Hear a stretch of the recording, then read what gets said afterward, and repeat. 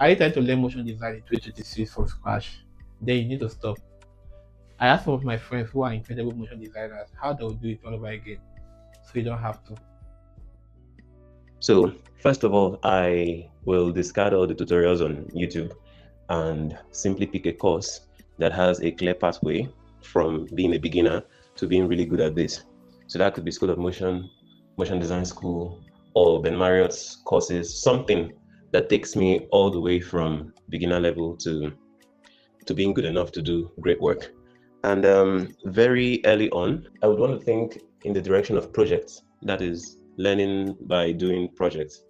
So when I start out, I want to know, okay, what kind of things do I want to talk about?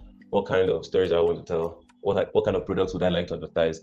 You know, when you've done that beginner course, you should have at least been exposed to what good taste looks like. Maybe it's something you've seen on TV, maybe it's an advert that you can clearly tell to be animation, and you'd be like, okay, how can I do something like that? How can I have a project that can look like that? And then just like that, when you have a project, you have to like start and finish. And to go from starting to finish is really going to make you learn things that you wouldn't easily learn by just picking tutorials after tutorials. So the issue with tutorials is that it's fragmented. It teaches you a fragmented scheme of work because the person who is taking that tutorial is just focused on just teaching you about the specific thing he has just discovered. You know, it's really not tied to a project. It's not tied to you finishing a whole project. It's just, oh, how can I make a specific effect? How can I make this specific thing? And being able to make that specific thing is not exactly what then makes you a good motion designer. It just makes you good at doing just that thing. But being a good motion designer means that you can have a story, a concept, an idea, and take it all the way from just being intangible in your head to being real on the computer or real in the real world. Looking at the AI age right now, I would use ChatGPT a lot, or whichever AI platform is out there, ChatGPT, DeepSeek, whatever. And all the questions that I want to ask, all the questions that I do not have a human teacher standby 247 to ask, all those questions I will ask the AI. So AI gives me the opportunity to ask even stupid questions without fear of judgment or fear of being looked down on, you know, in a condescending way. I can ask it all kinds of questions and it will answer me. And AI can also do way more, you know. It can teach you specific ways to achieve specific goals, but it's all dependent on your ability to describe exactly what you want. And being able to describe exactly what you want is a skill of its own, you know. You could either say something vague like, how can I create this shining animation? And ChatGPT wouldn't know exactly what you're trying to do specifically because there are too many things that can be shiny. What exactly do you mean by shiny? You know, but if you are coming at it from a more in-depth understanding of certain terminologies, you know, I'm like, okay, I want the outer edge or the stroke of my text to glow. How can I do that? Then ChatGPT becomes more powerful. So the power of the AI is really dependent on the depth of your own knowledge, really. So it means that in the beginning stage, you wouldn't have all the right terminologies to describe your problem, and that is where you now have to be patient with yourself, continue the courses that you're taking, and little by little you start getting a much bigger glossary of words to describe your idea in the way that the computer knows that, oh, you're talking about After Effects, you're talking about this specific part of After Effects and all of that, you know, for it to be able to service you properly. And AI can also write scripts for you, even teach you how to create specific plugins, you know. And if I were a beginner again, I would run away from plugins, especially plugins that try to do all the work for me. Plugins that try to be the art director all by itself. You know, I'd prefer functional plugins, things that make my life easy, like this copy ease plugin. You know, that is the kind of plugin that does not particularly suggest the acts of the work or the final look and feel of the work. It just does what it needs to do. It copies the nature of the easing on a keyframe and paste it on another set of keyframes, and you can still go ahead and make changes to things. You know, it doesn't give you a final say on how certain things should be. Those are the kind of plugins that will help you. Functional plugins, not artistic plugins, not the kind of plugins that are like, oh, you can create templates and all of that. So yeah, an AI agent. So I think there is this thing whereby AI can be interacting with you based on what it is seeing on your screen.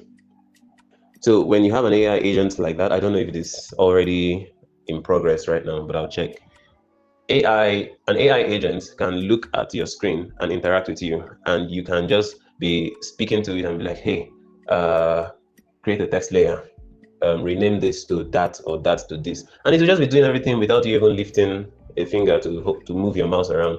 But that might actually end up being more work since you're talking rather than just doing with your hands. But an AI agent will have more power to solve big problems when it can interface between you and the software that you are using. So I'll be looking into that. What would I ignore? What would I ignore? Uh, So I think I would actually ignore certain things or processes that are too mundane and too repetitive that it's only a matter of time before you find a script that can do it or some program that can just do that stuff for you. And something like that is rotoscoping, where you have to like cut out an object from the background. I think there's an AI now that can rotoscope. So all those in fact, these days, the moment I see myself repeating an action multiple times, I know that there's a way to automate this thing. There's a way to simplify this thing, and I do not need to be repeating myself like this. So I think I would ignore wanting to do things that robots should be doing essentially, or bots or automating bots should be doing. But what I would really love to double down on is the craft, the storytelling, because these are the areas where your humanity shines. These are the areas that can't even just be replaced. And even if they are replaced, it's not going to feel the same way as when a human actually put their heart into it.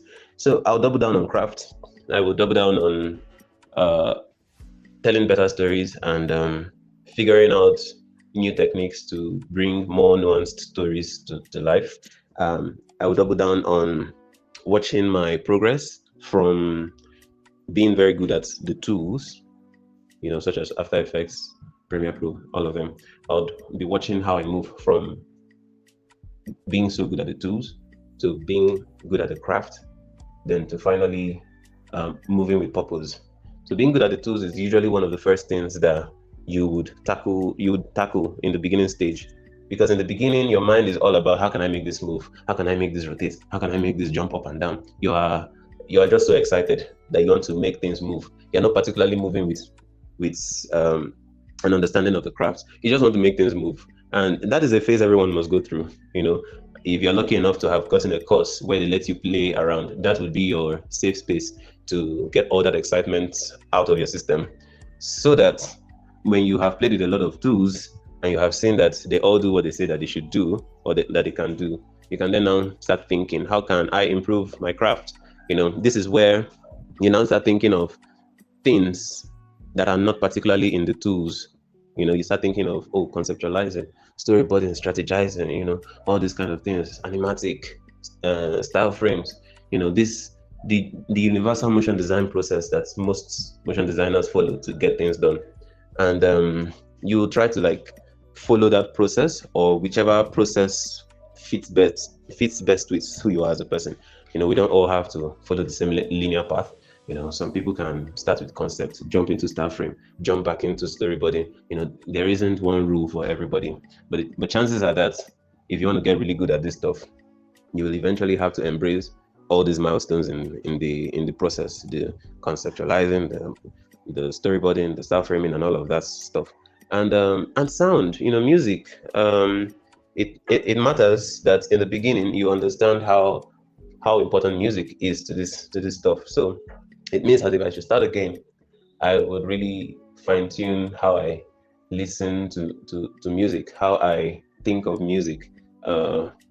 Listen to sound design studios, listen to their projects, and you see the intentionality behind the design of the music and how the music blends with the effects and everything that ends up creating like 50% of the entire experience of the video, of the animation. So these are the things that I would double down on, and most especially following a course or some school that can give you a path. That is very important, because if you do not have that, you will spend a lot of time figuring things out by yourself. Of course, you I don't know, you people who play around and play around a lot until they figure stuff out. I think they often have a more robust understanding of techniques of what they are supposed to do, rather than just being told, oh, this is how to do this, that is how to do that, this is where to do it, that is where to do it, But what you gain in the robustness of your ability, you lose in the time it takes you to figure all of it out. So I think the sweet spot in the middle is follow a course, but also have that desire to like venture out and just break stuff, you know, break stuff and see what works. So having a path to follow and the ability to stray from that path to do something else and come back to that path would end up being a more wholesome way, a well-rounded way of becoming a